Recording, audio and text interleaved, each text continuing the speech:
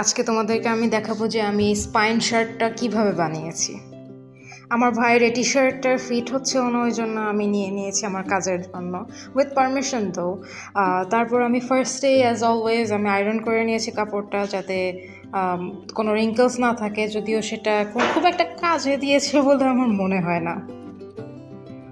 এই কাজটার প্রথমে আমাকে কিছু দাগ কেটে নিতে হবে, একদম মাঝ বরাবর আমি ফার্স্টে একটা লাইন নিয়ে নিয়েছি। তারপরে তোমরা দেখতেই পাচ্ছ যে আমি মাঝখানে একটা লাইনের জন্য দাগ কেটে নিলাম। এই পুরা দাগটা কিন্তু ভিতরের দিকে হবে, তোমাদের বোঝার সুবিধার্থে আমি কাপড়ের আউটসাইডটাতে করেছি, আমি তোমাদেরকে পরে দেখাবো কোন ভিতরে করতে হবে। সেন্টিমিটারে 2 সেন্টিমিটার নিয়ে 3টা দাগ কাটতে হবে এই মাঝের দাগটার দুই পাশে।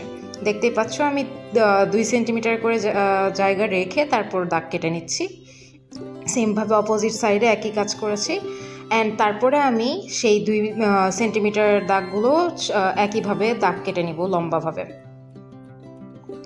টোটাল মানে মাঝে যে দাগটা টেনেছো তার ডান পাশে 3টা বাম পাশে 3টা সেমভাবে লম্বা দাগ হবে, 2x/2x ঘর হবে। অ্যান্ড যখন এই লম্বা দাগগুলো কাটা হয়েছে আমি আবার এই লম্বা বরাবরই 2 সেন্টিমিটার করে জায়গা রেখে একটু দাগ কেটে নিলাম।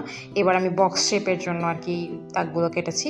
এবার তোমরা দেখতে পাবে যে আমি স্কেলটা রোটেট করে সেমভাবে 2 সেন্টিমিটার করে বক্সের জায়গা রেখে আমি স্কোয়ার শেপে কয়েকটা দাগ কেটে নিচ্ছি। তবে বলে রাখা ভালো, আমি এই ভিডিওটা 2টা পার্টে করব, কারণ ভিডিওটার যেহেতু আমি সেলাই পার্টটা আলাদাভাবে করছি অ্যান্ড দাগ কাটাটা আলাদাভাবে করছি, কারণ ভিডিওটা খুবই লম্বা হয়ে যাচ্ছে, নাহলে আর ভিডিওটা নাহলে সোশ্যাল মিডিয়াতে আপলোড হতে দিবে না। তাই জন্য তোমাদেরকে আজকে আমি জাস্ট কাটা মানে দাগ কাটাটা দেখাচ্ছি এরকম বক্স শেপে। তারপর ক্রিস ক্রস করতে হবে, সেটার জন্য তোমাদেরকে দেখালাম যে একটা ঘর বাদ রেখে এরকমভাবে ক্রিস ক্রস করে উপরে নিচে এভাবে করে যেতে হবে। আশা করি তোমরা বুঝতে পারছো। অ্যান্ড এইটা পুরো মানে লম্বা বরাবর চলে যাবে। অ্যান্ড দেন আরেক পাশে সেমভাবে একটা ঘর ফাঁকা রেখে ক্রিস ক্রস করে নিতে হবে। আমি একটু আনাড়ি হাতে আঁকাচ্ছি, মাইন্ড করো না। এই ধরনের ক্রিস ক্রসগুলো হয়ে গেলে আমি একটা ঘর বাদ রেখে ভি শেপে এরকমভাবে দাগ কেটে নিব। আশা করি তোমাদের বুঝতে অসুবিধা হচ্ছে না।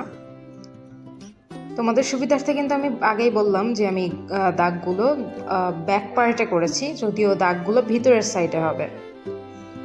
এভাবে পুরো দাগটা হয়ে গেলে তোমাদেরকে আমি ফাইনাল লুকটা দেখাচ্ছি।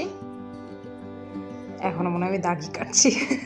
এনিওয়েজ, এটা ছিল ফাইনাল লুকটা, তবে এটা হবে ভিতরের দিকে। আমি এখন আরেকটা ক্লিপে তোমাদেরকে ভিতরের দিকটা দেখাবো। এই যে ভিতরের দিকটাতে এইভাবেই ভিতরে দাগ কাটতে হবে, সেলাইটাও ভিতরেই হবে। আমি সেকেন্ড পার্ট নিয়ে খুব শিগগিরই চলে আসবো।